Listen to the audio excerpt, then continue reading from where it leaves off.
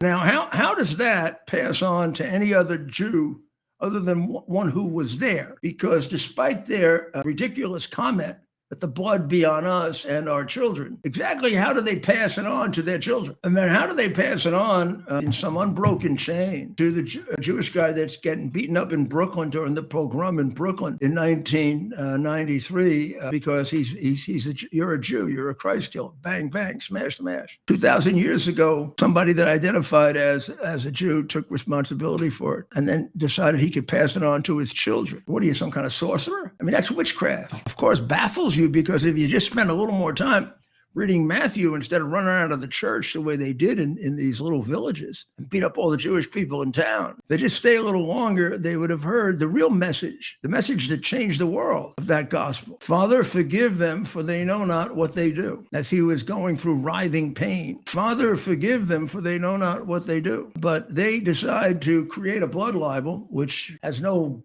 basis in anything, and ignore, if not the most important, one of the 2 or 3 most important teachings of the founder of their religion. Love. You know, it comes down to 2 commandments, so you want to make it simple, right? Love God with your heart and soul, and love others as you would want yourself to be loved. It's real simple. Love the Lord thy God and love his people. When you see one, the least of them, see me. Profound message, a beautiful message.